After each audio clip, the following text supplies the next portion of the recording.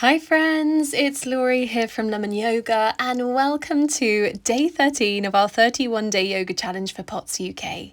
Today I'm taking you through a yoga flow for hypermobility. So I'm going to take you through my favourite stretches and I'm going to tell you how you can modify so you don't overstretch your hypermobile body. So come and take an all fours position. We'll start with cat-cow, releasing through the belly, lifting through the chest, and then rounding through the spine, lifting the spine to the ceiling. You don't have to move the head here. I'm doing cat-cow without moving the head here. So again, we dip the belly, we lift the chest, and then we round through the spine. Keep that head in neutral if that helps with your dizziness. And again, dipping the belly, lift the heart space through, and rounding through the spine, lifting high to the sky. And again, we dip the belly, chest presses through, and we round vertebrae by vertebrae, lifting the spine high to the ceiling. And again, dipping that belly, being really mindful not to over dip through the belly, and then lifting through the back. All right, from there, we'll step our right leg through for a lunge. This is where we're going to be careful of hypermobile hips. I have hypermobility in my hips, so I'm going to show you what to do and also what not to do. So don't dump the weight, as I'm showing you now, down into the hips. Even if your body can go there, we need to resist dumping the weight down. Instead, we're engaging through our glutes, squeezing through the inner thigh to hold our body in the correct position, making sure we're not overstretching or dumping the weight down. Let's rise on up now, reach the arms high for crescent lunge, and same thing here. You could probably, if your hips are hypermobile like mine, sink the body all the way down into the hips, but we don't want to do that. I'm just showing you that now, so we could go there, but that's not really very good for us. Instead, squeeze through the glutes, gently pull those hips back and really fire up through your quad here. And just hold it there. Now we're in a really safe stretch for our bodies. And on the exhale, we'll release, fold the body forwards, pull the hips back, straighten through the back of the right leg. If you are hypermobile in your knee joints, you'll probably find that the joint can go further than it's supposed to. So just make sure there's a little bit of softness in the knees so you're not hyperextending through the back of the knee here. So just keeping the knees softly bent as you fold forwards, keeping that stretch nice and safe in your body.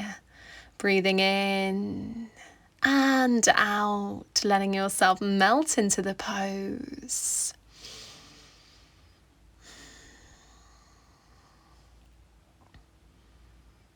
And just stay with the breath as you gently open and stretch without forcing anything.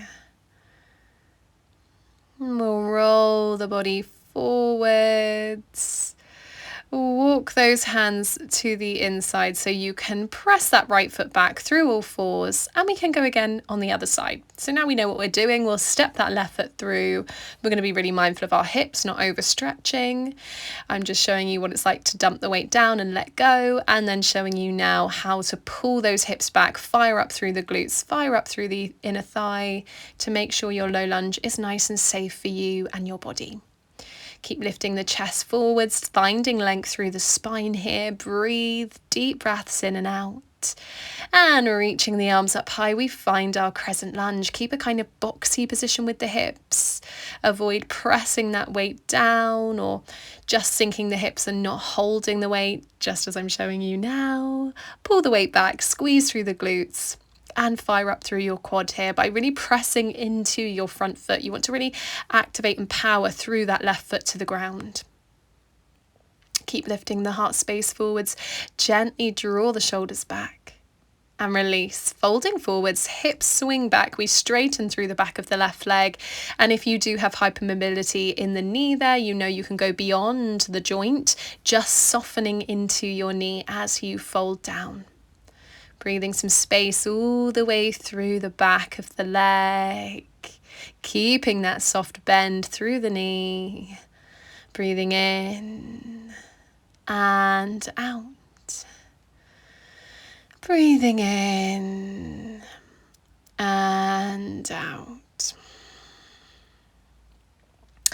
And then we can roll forwards, and then we'll step on down onto our mats, coming to seated now. So just take your time. If you need to move slowly through that transition, please do.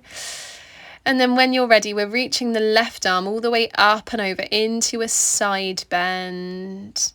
And if you are really open through the body, you might find you can easily pop that right elbow down to the ground. You can go for that as long as both of your sit bones are able to stay connected to the floor and it doesn't feel too much of a pull through the side of the body. So have an experiment. You could always just have the right hand down instead of the elbow.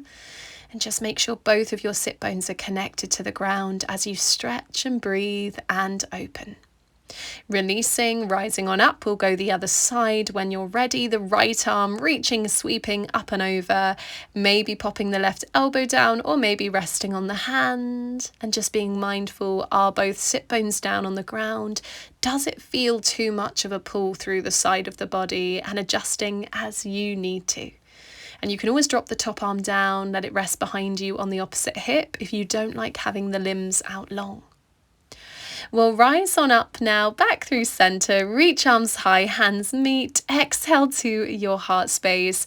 And well done, everybody. You have completed day 13 of our 31-day yoga challenge. I'll see you tomorrow. Bye, guys.